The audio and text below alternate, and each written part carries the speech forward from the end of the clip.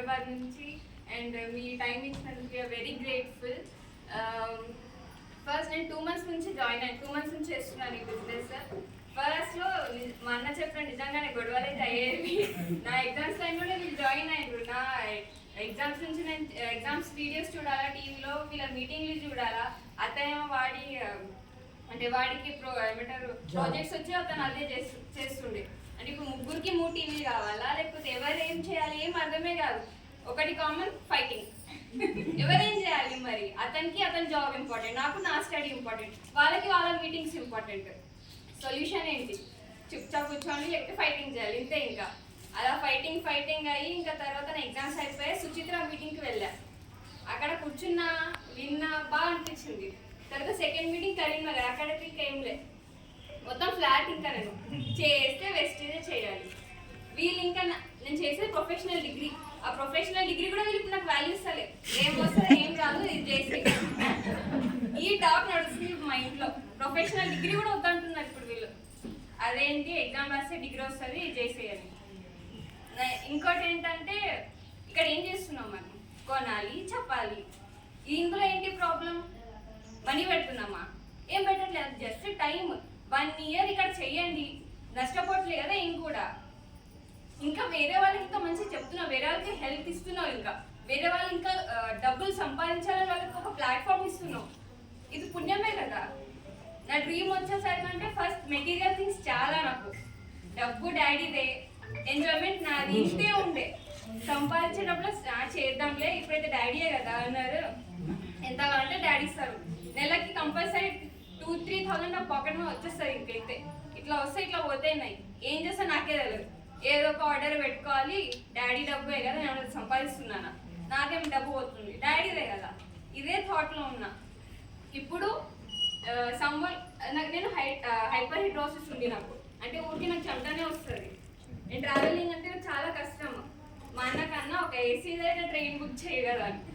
మా అన్న అంటాడు 500 పెడితే ఏమొస్తాయి నీ టికెట్లో, ఇక్కడ ఒక 500 పెట్టి పీవీ అని వస్తుంది అంటాడు.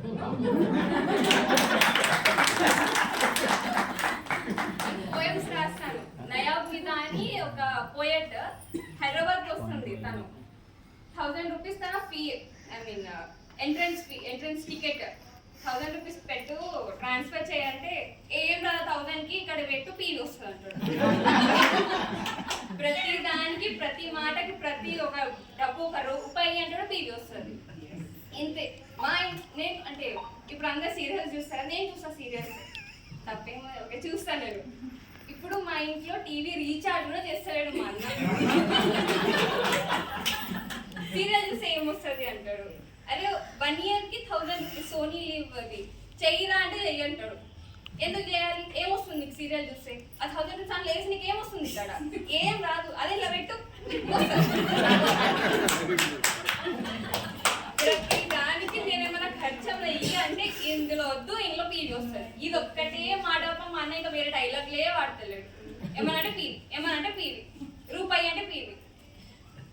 ఇది ఎందుకు అంటున్నా అంటే ఇక్కడ ఏం లేదు. బయట ఒక షాప్ లో కొంటున్నారు కదా, అది ఇక్కడ కొనుక్కోండి, ఏముంది తప్పు? అక్కడ సబ్బు కొంటున్నారు కదా, ఇక్కడ కొనుక్కోండి. షాంపూ కొంటున్నారు, ఇక్కడ కొనుక్కోండి.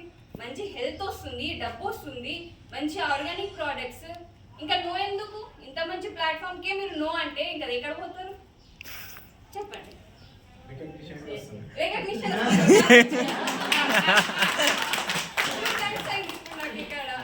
ఇలాంటిదాన్ని నేను ఎందుకు అర్థం పెట్టాను? నేను తెలుగు అసలు నేను మాట్లాడను, ఇక్కడ తెలుగు మాట్లాడ. నా నోరు తెలిసినట్టు ఇంగ్లీష్, హిందీ తప్ప నాకు మదర్ టంగ్ కూడా సరిగా రాదు, నాకు మరాఠీ కూడా సరిగా రాదు. తెలుగు అయితే ఇంకా కరోనా లాగా డిస్టెన్స్ పెట్టాను. ఇప్పుడు నిజంగానే నా ఫ్రెండ్స్ కూడా షాక్ అవుతున్నారు, ఏంటి శివాని ద్రోణాచార్య తెలుగు అని. బికాస్ నాకు బోండాకి బొందా అని నేర్పించిన వాళ్ళు ఏం తిన్నా అంటే బొందా తిన్నా, అట్లాంటి దాన్ని అట్లీస్ట్ నాకు తెలుగు అయినా ఇంప్రూవ్ అవుతుంది. అంటే జస్ట్ జాయిన్ అవ్వండి, కొనుక్కోండి, చెప్పండి. మూవీకి వెళ్తే మూవీ ఏదో ఒక్కల మూవీకి మంచిగా ఉందని చెప్తాం. ఇక్కడ ఇంత మంచి లైఫ్ ఇస్తుంది, దీని గురించి మీరు చెప్పలేరా? చెప్పాలి కదా. చూస్తే డబ్బులు వాళ్ళకు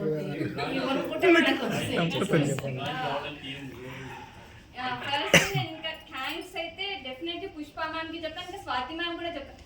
పుష్ప మ్యామ్కి ఏంటంటే ఇప్పుడు హాస్టల్లో 8:30 వరకు నా డిన్నర్ అయిపోతుంది. తర్వాత నేను ఫ్రీ ఉండేది 9:30, 10:30 చేసిన మ్యామ్ అవైలబుల్ ఎప్పుడు ఉంటారు, ఎప్పుడైనా అవైలబుల్ ఉండేవారు. ఒకవేళ కాల్ కనెక్ట్ అవ్వకపోయినా మళ్ళీ తర్వాత చూసి మళ్ళీ కాల్ చేసేది. ఇంకేం కావాలి మనకి, ఎప్పుడు చూసినా 24/7 వీళ్ళు సపోర్ట్ ఇస్తున్నారు. నా స్వాతి మ్యామ్ అసలు పరిచయం అసలు ఏం తెలియదు, ఎవరు తెలియదు. నేను ఎప్పుడు జూమ్ అటెండ్ అవ్వనే లేదు. అయితే ఒకసారి నేను సప్లిమెంట్స్ ఒక పాపని తీసుకెళ్ళిన, నేను యూజ్ చేస్తున్నాను కదా, వీళ్ళు చెప్తే ఎట్లా వాడరు, తీసుకొని పోయి అన్ని చూపిద్దామని అట్లా తీసుకెళ్ళిన. అప్పుడు మ్యామ్ అడ్రస్ కోసం నాకు అప్పుడు మాట్లాడిన. తర్వాత ఒక పాపకి అంటే బై బర్త్ అమ్మకి అస్సలు హెయిర్ లేదు. అమ్మాయిలంటే హెయిర్ బ్యూటీ కదా, ఈ పిల్లకి పుట్టినప్పటి నుంచి అస్సలు హెయిరే లేదు. ఇంతే ఉంటే అక్కడక్కడ ఉంటాయి, మొత్తం బాల్డ్ హెడ్. ఇప్పుడు ఆమె ఎంత హ్యాపీ ఉందంటే ఇప్పుడు అంటే ఇంగ్లీష్ మెడిసిన్స్ యూజ్ చేస్తుంది, కానీ ఏం లాభం లేదు. డబ్బులు 40 to 50K వెళ్తుంది ఎవ్రీ మంత్. ఫైనాన్షియల్ బ్యాక్గ్రౌండ్ చాలా తక్కువ. ఇప్పుడు నీట్ స్టూడెంట్ ఆమె.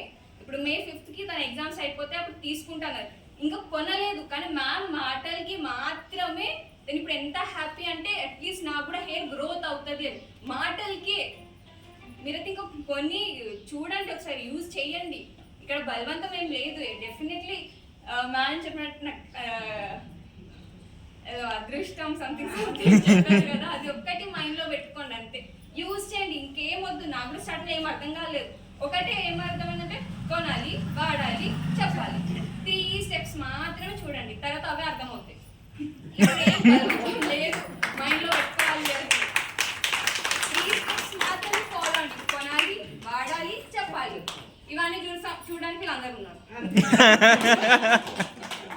ఈ ఏజ్ లో ఉండే వాళ్ళకి నువ్వు ఇచ్చే సలహా ఏంటి? ఈ ఏజ్ లో ఉన్న వాళ్ళు చాలా మంది వచ్చారు. నేను చెప్పాను, ఒకటే క్వశ్చన్ అడుగుతాను, ఎన్ని సంవత్సరాలు ఇంకా మీ పేరెంట్స్ డబ్బుగా బ్రతుకుతారు? ఇంతకంటే పెద్ద మాట ఎన్ని ఇయర్స్ ఇంకా మీ జస్ట్ పేరెంట్స్ డబ్బుగా ఎంజాయ్ చేస్తారు? ఎన్ని సంవత్సరాలు ఉంటారు వాళ్ళు? ఇంకా మహా అంటే ఇంకొక 20 years బ్రతుకుతారు. తర్వాత మీ లైఫ్ ఏంటి? ఉండాలి కదా ఒక సోర్స్. ఎన్ని ఇయర్స్ పేరెంట్స్ డబ్బు, మీ డబ్బు ఎక్కడ? మీ పొజిషన్ ఎక్కడ? మీ స్టేటస్ ఏంటి? వీళ్ళు అయ్యాక ఎవరు లేరు మనకి. డబ్బు ఉంది అంటే మీ పేరెంట్స్ ఉన్నారు, లగ్జరీస్ లైఫ్ ఉందంటే మీ పేరెంట్స్ వల్లనే. వాళ్ళే లేకపోతే రోడ్డు మీద కూడా ప్లేస్ ఉండదు మనకి. ఆ పబ్లిక్ ప్రాపర్టీ మీద కూడా మనకు ప్లేస్ ఉండదు. నేను పెద్ద మాటలే చెప్తా, నాకు చిన్న నాకు అర్థం కాదు, ఇంతే. ఇంకా thank you so much for everyone.